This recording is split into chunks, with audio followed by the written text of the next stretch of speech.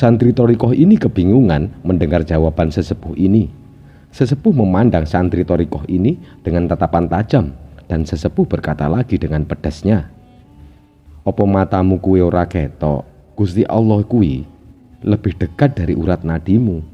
Sudah dekat sekali kepadamu. Terus mengapa kamu malah ngalor ngidul menyusuri jalan? Berjalan ke sana kemari mencari Allah, ya tambah jauh jadinya."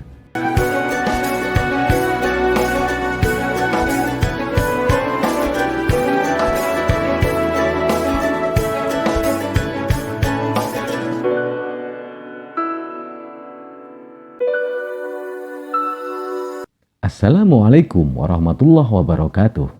Semoga kita selalu dalam keberkahan kesehatan dan kelancaran rizki. Di sepanjang kisah Wali Paidi, berulang-ulang kali kata Thariqah atau Thariqat disebutkan dalam kisah tersebut. Namun demikian, tidak semua dari kita mengerti makna Thariqah. Bagi yang sudah memahami Thariqah, tentu akan paham dengan yang dimaksud oleh gurauan Wali Paidi dan Kiai Sepuh saat ada santri Thariqah tersebut. Yang sebenarnya terjadi adalah Kiai Sepuh adalah sosok yang telah melewati amalan-amalan Thariqah tersebut. Untuk lebih jelasnya lagi, coba kita ulas lagi kisah tersebut. Kemudian akan kita uraikan secara singkat dan sederhana tentang Thariqah tersebut setelah kisah ini. Kala itu dikisahkan, Wali Paidi berdoa di samping makam seorang sesepuh yang bisa juga disebut kiai, tapi lebih kentara seperti seorang kejawen. Ngomongnya ceplas-ceplos tanpa dedeng aling-aling.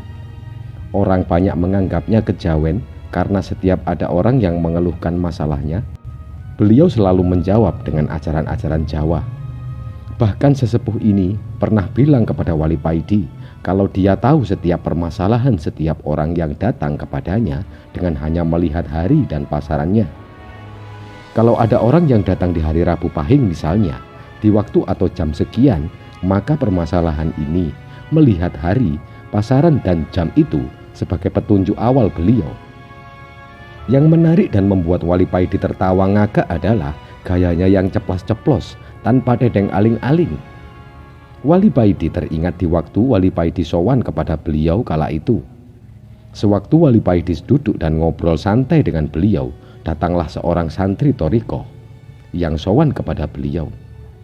Perasaan Wali Paidi sangat gak enak saat itu melihat kedatangan santri ini, karena Wali Paidi yakin kalau sesepuh akan menghabisinya dengan komentarnya yang ceplas-ceplos serta gurauannya yang nyerempet bahaya.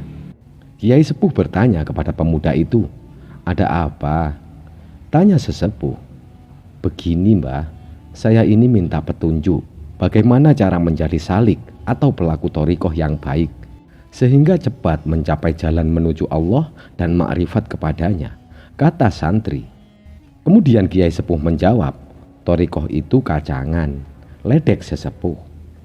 Wali Paidi yang mendengar itu langsung tertawa ngakak. Lalu sesepuh melanjutkan perkataannya, "Orang Thariqah itu orang yang tidak tahu sehingga butuh jalan sebagai petunjuk." Santri Thariqah ini kebingungan mendengar jawaban sesepuh ini. Sesepuh memandang santri Thariqah ini dengan tatapan tajam, dan sesepuh berkata lagi dengan pedasnya, "Apa matamu kuwi ora ketok? Gusti Allah kuwi lebih dekat dari urat nadimu. Sudah dekat sekali kepadamu. Terus mengapa kamu malah ngalor ngidul menyusuri jalan? Berjalan ke sana kemari mencari Allah, ya tambah jauh jadinya." Kemudian santri itu menimpali, "Maka dari itu mbah, saya minta petunjuk pada Simbah supaya hati saya bisa hudur ilallah," kata santri dengan agak takut. "Terus kalau kamu bisa hudur kepada Allah, bisa menghadap Allah, kamu mau bilang apa kepada Allah? Mau sambat? Pingin sugih?" kata sesepuh. Santri ini hanya garuk-garuk kepala semakin kebingungan. Sedangkan Wali Paidi dari tadi hanya bisa tertawa melihat itu semua. "Lihatlah dia," kata sesepuh kepada santri sambil menunjuk Wali Paidi. "Dia itu orang Thariqah seperti kamu. Diangkat menjadi wali bukan karena Thariqahnya, tapi karena mengganti gurunya yang sudah mati. Wali apa itu? Wali kacangan, ecek-ecek, gak bayablas," ledek sesepuh kepada Wali Paidi. Wali Paidi tertawa terpingkal-pingkal mendengar ledekan sesepuh kepadanya, dan dengan masih tertawa Wali Paidi berkata, mencoba membalas kepada Kiai Sepuh. Lumayan Mbah, daripada sampean dari dulu jadi kiai, sampai tua pun gak jadi wali. Sesepuh ganti yang tertawa mendengar sindiran Wali Paidi. Aku radoyan, seumpama disuruh milih, mendingan aku jadi kiai seperti ini daripada jadi wali kacangan kayak kamu di. Isone mau ngenteni gurune tok. Balas sesepuh. Kan tetap aja wali, kata Wali Paidi sambil menari-nari di hadapan sesepuh. Santri yang melihat kelakuan sesepuh dan Wali Paidi ini jadi nggak karuan perasaannya, bingung bercampur pingin tertawa. Kemudian sesepuh melanjutkan lagi, tugas wali kan menjaga masyarakat, membimbing masyarakat, gampangnya melayani masyarakat. Jadi kamu ini pelayanku dan aku ini juraganmu di Paidi, kata sesepuh sambil ganti menari-nari. Wali Paidi tertawa. Wali Paidi tersenyum sendiri kalau mengingat peristiwa itu. Sambil melihat pusara makamnya, Wali Paidi berkata di hatinya, bisa jadi beliau ini wali yang derajatnya tinggi sehingga aku tidak mengetahui kewaliannya, atau Allah punya pasukan khusus yang terdiri dari bukan kalangan wali tapi kedudukannya di atas para wali. Ah, memang betul kata Kiai Sepuh, aku ini memang kacangan. Lantas bagaimana benarnya? Itu hanya gurauan saja. Sebagai satu-satunya makhluk yang paling sempurna di dunia ini, manusia mempunyai keistimewaan dan juga kelebihan yang disebut dengan maziyah dan fadilah jika dibandingkan dengan makhluk lainnya. Keistimewaan yang dimilikinya tidak terletak pada kejadian fisiknya saja, tetapi juga pada kejadian ruhaniyahnya. Kesempurnaan dan juga kelebihan manusia dalam berbentuk fisik sudah banyak dikaji dan juga dijelaskan oleh berbagai macam disiplin ilmu dan juga di dalam berbagai penjelasan yang membandingkannya dengan makhluk lain. Namun kesempurnaan dan kejadian ruhani masih sedikit pengetahuannya yang secara tuntas menjelaskannya. Dalam hal ini, ilmu psikologi dan juga tasawuf merupakan dua disiplin ilmu yang umumnya digunakan untuk membaca struktur kerohanian manusia. Terlebih untuk kejadian ruhaniyahnya, manusia juga mempunyai kelebihan yang luar biasa yang tidak pernah dimiliki oleh makhluk lain. Kemudian jika kita masuk pada kajian filsafat, maka wilayah yang cocok untuk membicarakan titik ini adalah kata al-nafs, yang mana kata itu digunakan untuk menunjukkan substansi ruhani manusia. Nafsi atau nafsu yang ada di dalam diri manusia. Untuk para filosof artinya daya berpikir. Berdasarkan pandangan tersebut, maka tidak aneh jika para filosof mendefinisikan manusia sebagai al-hayawan al-natik atau hewan yang berpikir. Selain karena pandangan sebagaimana yang sudah dijelaskan di atas, ada satu hal yang membidik oleh tasawuf sebagai perangkat dari konsep ihsan, yakni hati. Di dalam Islam terdapat 3 konsep yang dalam ranah praktiknya harus jalan dan seirama. Ketiga konsep tersebut yaitu syariah, thoriqoh, dan juga hakikat. Istilah tersebut di dalam bahasa Indonesia seringkali disebut sebagai syariat, tarikat, dan hakikat. Syariat adalah peraturan Allah Subhanahu wa Ta'ala untuk manusia melalui para nabinya yang masih berupa sebuah teks, baik itu Al-Quran atau Sunnah. Kemudian pengembangan dari syariat tersebut lahirlah ilmu fikih dengan berbagai macam corak dan mazhabnya. Untuk menuju hakikat, yakni yang disebut sebagai tasawuf akhlaki atau tasawuf filsafi, membutuhkan jalan yang disebut dengan thoriqot. Dengan begitu, thoriqot merupakan jalan yang ditunjuk oleh para ahli atau syekh untuk orang-orang awam dalam rangka menuju kepada hakikat dari ajaran agama. Di dalam jalan menuju hakikat yang disebut juga dengan tasawuf, baik itu falsafi atau akhlaki, tidak selamanya harus melalui thoriqot ataupun berbagai metode yang ditetapkan oleh guru sufi atau mursyid.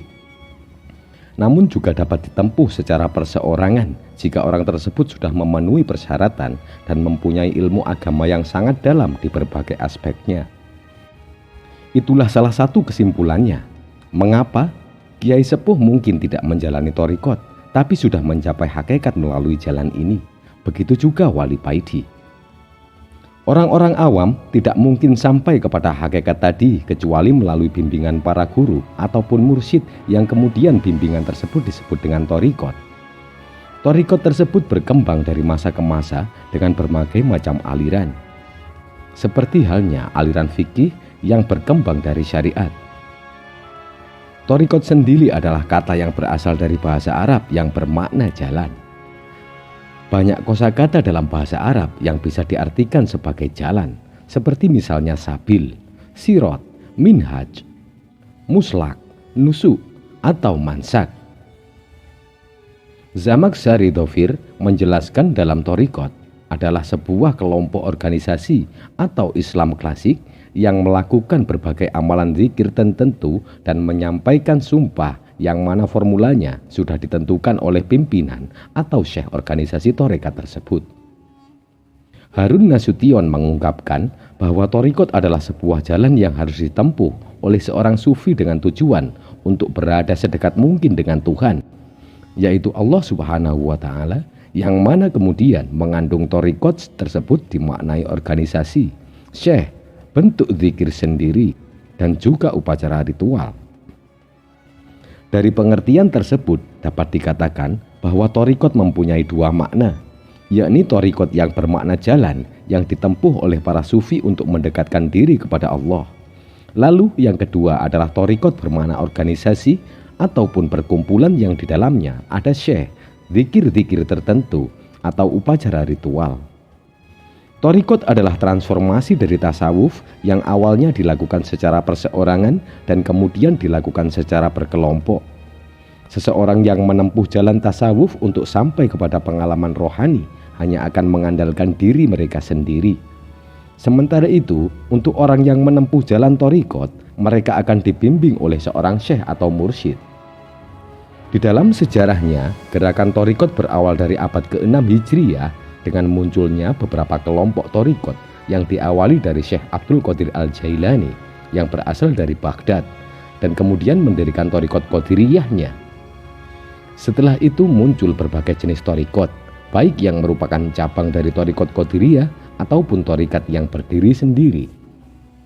Thariqat-thariqat tersebut antara lain thariqat Al-Kubrawiyah yang didirikan oleh Najmuddin Al-Kubro pada tahun 1221 Masehi, dan juga thariqat Al-Rifaiyah yang didirikan oleh Syekh Ahmad Rifai tahun 1182 Masehi.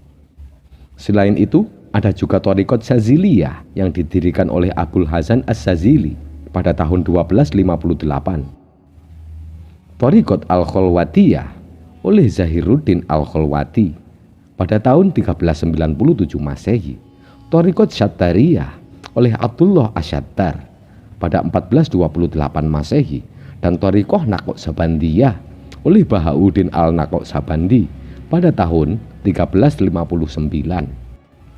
Secara etimologi, thariqat sendiri berasal dari kata thariqah yang artinya jalan, keadaan, garis, atau aliran pada sesuatu. Sementara jika dilihat dari terminologi, pada pengkaji thariqat mengungkapkan beberapa pengertian.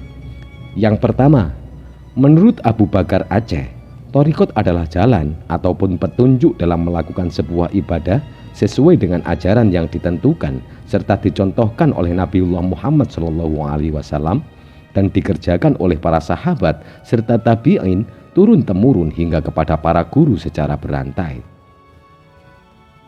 Yang kedua, menurut At-Taftasani, thariqat adalah sekumpulan seorang sufi yang terkumpul dengan seorang syekh tertentu, tunduk di dalam aturan-aturan yang terperinci di dalam tindakan spiritual, hidup secara berkelompok di dalam ruangan peribadatan atau berkumpul secara berkeliling di dalam momen-momen tertentu, serta membentuk sebuah majelis ilmu atau dzikir secara organisasi. Yang ketiga, menurut Nurkholis Majid atau Cak Nur, thariqat adalah jalan menuju Allah Subhanahu wa Ta'ala untuk memperoleh ridhonya dengan mentaati semua ajarannya. Yang keempat, menurut Asy-Syaikh Muhammad Amin Al-Qurdi, thariqat adalah mengamalkan syariat dan melaksanakan beban ibadah dengan tekun serta menjauhi diri dari sikap yang sebenarnya memang tidak boleh dipermudah. Kemudian, thariqah juga berarti menjauhi setiap larangan dan melakukan perintah Allah sesuai dengan kesanggupan, baik itu larangan dan juga perintah yang nyata atau tidak, yaitu berupa batin. Berdasarkan beberapa penjelasan di atas, bisa disimpulkan bahwa thariqah memiliki dua pengertian.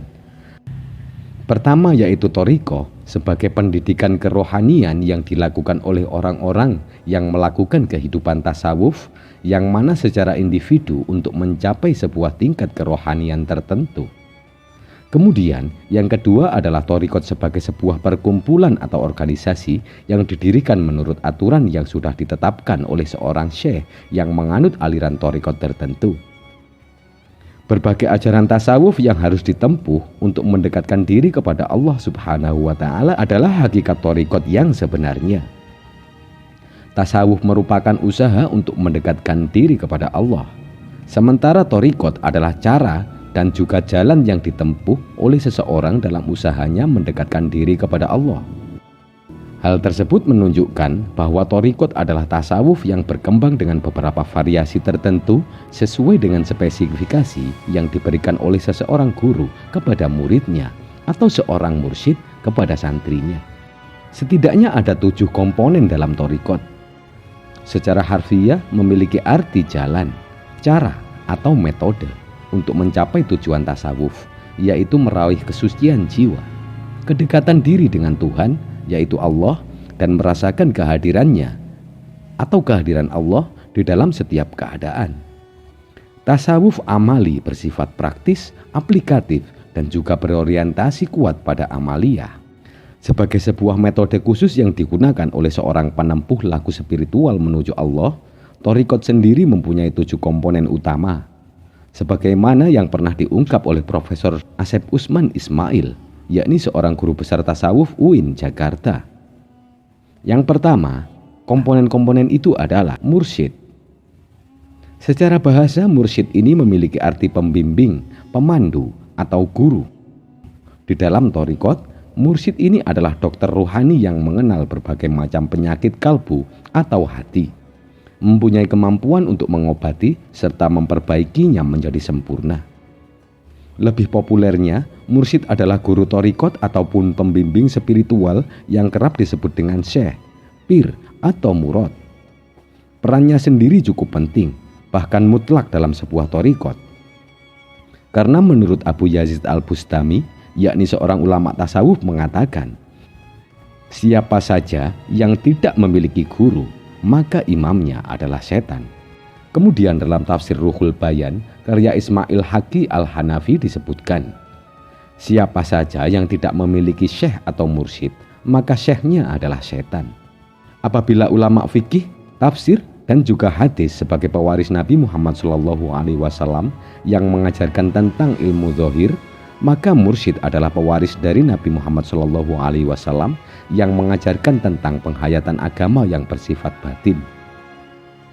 Oleh sebab itu, kriteria syekh atau mursyid ini pastinya harus menguasai ilmu syariat dan juga ilmu hakikat secara mendalam dan juga lengkap, di mana pikiran, perkataan, dan juga tingkah laku mereka harus mencerminkan budi pekerti yang luhur. Komponen dalam thariqah yang kedua adalah murid. Istilah murid ini berasal dari isim fa'il kata aroda, yang artinya seseorang yang berkehendak atau menginginkan sesuatu. Dalam tasawuf, para penempuh jalan rohani merupakan murid, yaitu orang yang menghendaki perjumpaan dengan Allah Subhanahu wa Ta'ala melalui ibadahnya, riyadhah, mujahadah, dan juga munajat, sebagaimana yang telah disebutkan di dalam Al-Quran, yang artinya siapa yang mengharapkan pertemuan dengan Tuhannya hendaklah melakukan amal soleh dan tidak menjadikan apa dan siapapun sebagai sekutu dalam beribadah kepada Tuhannya. Al-Quran Surat Al-Kahfi ayat ke-110.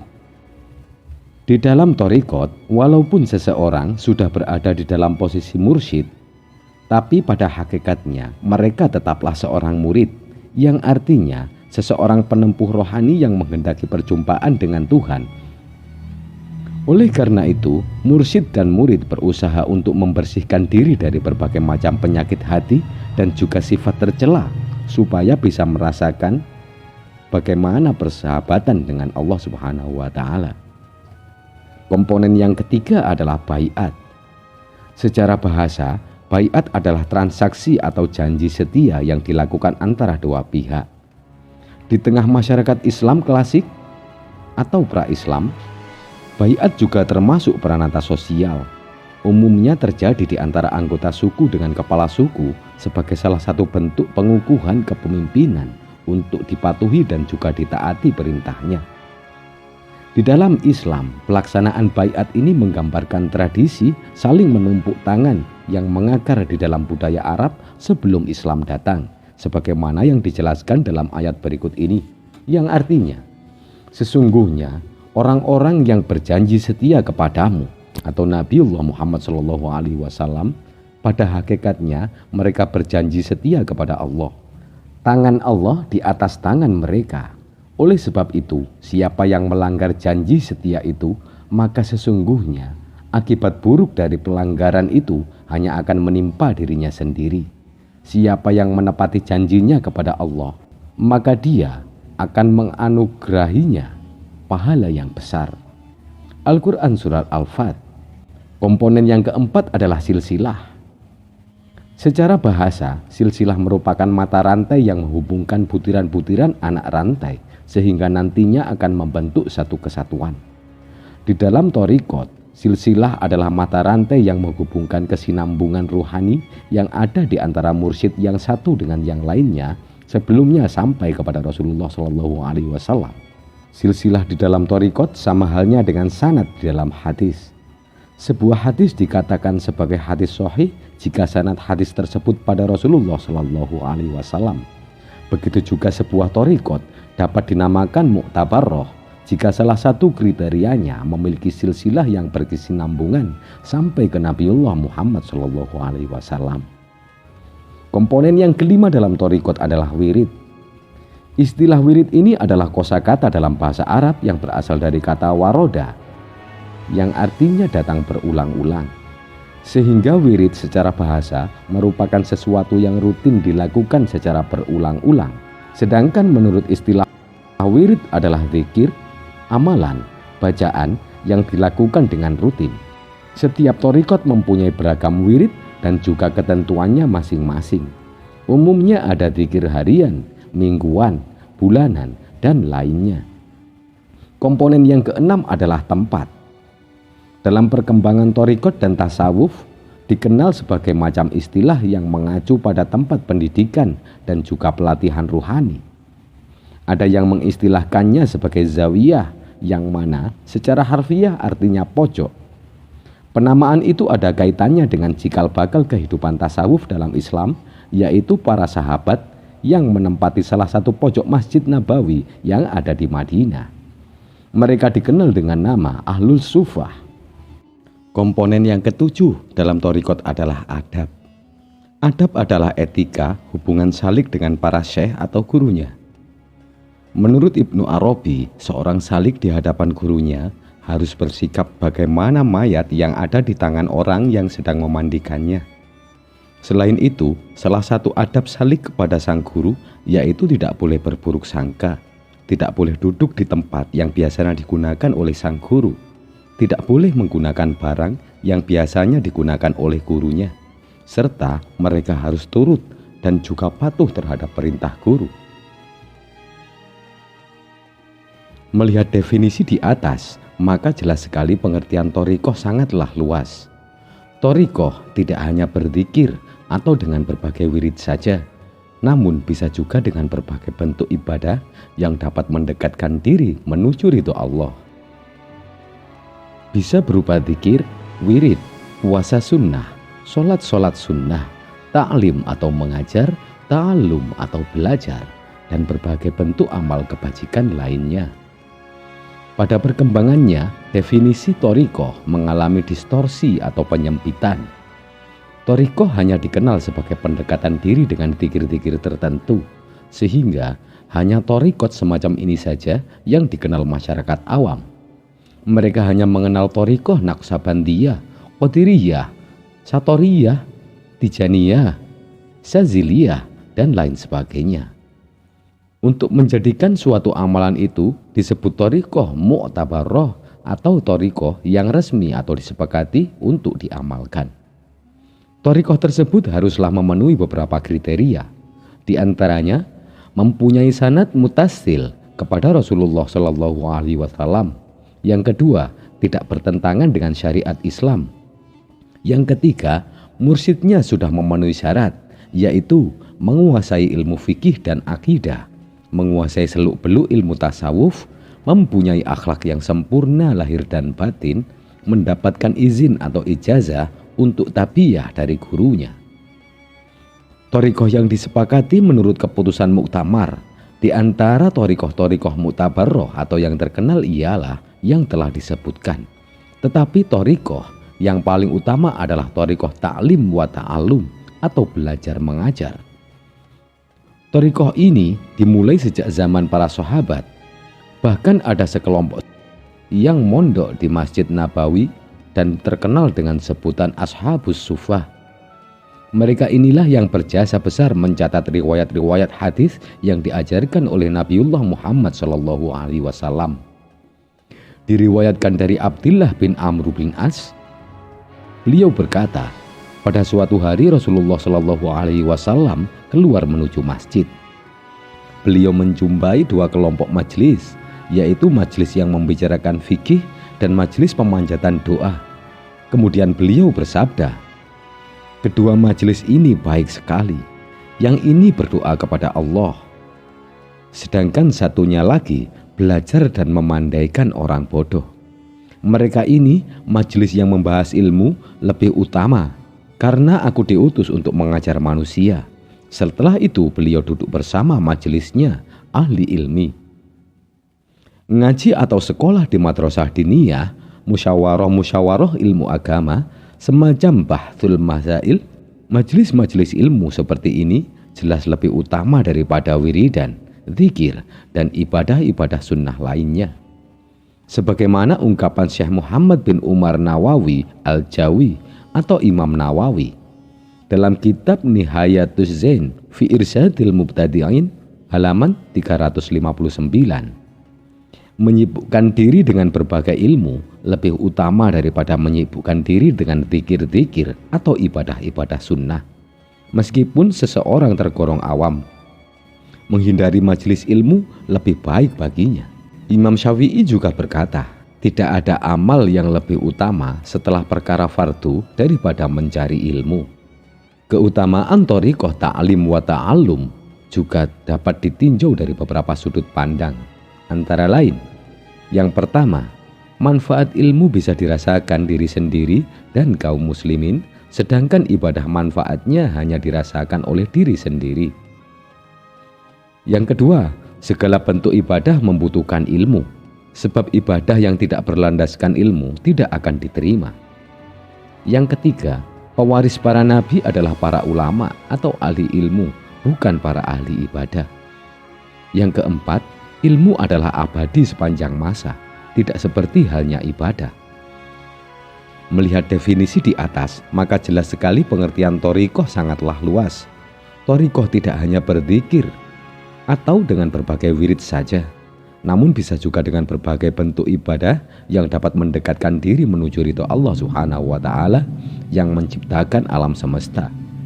Sahabat Ali bin Abi Thalib karamallahu wajhah pernah bertanya kepada Rasulullah Shallallahu Alaihi Wasallam, wahai Rasulullah, tunjukkanlah kepadaku jalan thariqah terdekat kepada Allah yang paling mudah bagi hamba-hambanya dan yang paling utama bagi Allah. Rasulullah Shallallahu Alaihi Wasallam kemudian bersabda, kiamat tidak akan terjadi ketika di muka bumi masih terdapat orang yang mengucapkan lafaz Allah. Dikutip dalam kitab Al-Ma'arif Al-Muhammadiyah, para ulama menjelaskan arti kata thariqah dalam kalimat aktif, yakni melaksanakan kewajiban dan kesunatan atau keutamaan, meninggalkan larangan, menghindari perbuatan mubah atau yang diperbolehkan namun tidak bermanfaat. Sangat berhati-hati dalam menjaga diri dari hal-hal yang tidak disenangi Allah dan yang meragukan atau subhat. Sebagaimana orang-orang mengasingkan diri dari persoalan dunia dengan memperbanyak ibadah sunnah pada malam hari, berpuasa sunnah, dan tidak mengucapkan kata-kata yang tidak berguna.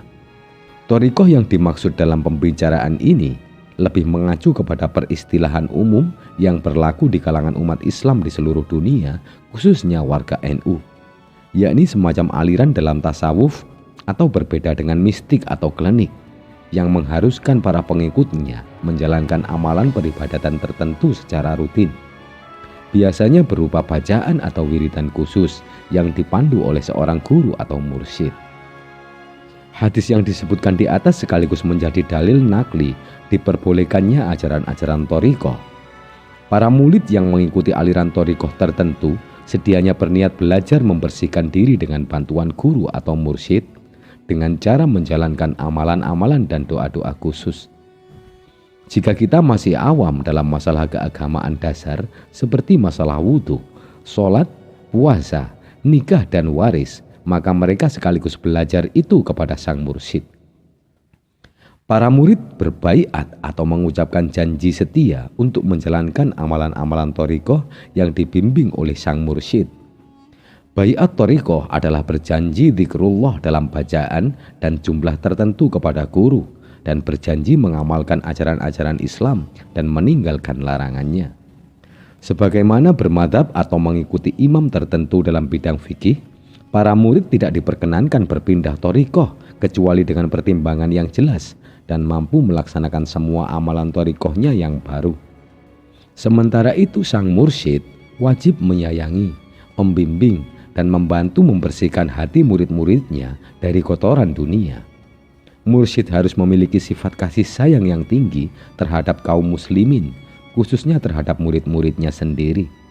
Ketika ia mengetahui mereka belum mampu melawan hawa nafsu mereka dan belum mampu meninggalkan kejelekan, misalnya, maka ia harus bersikap toleran.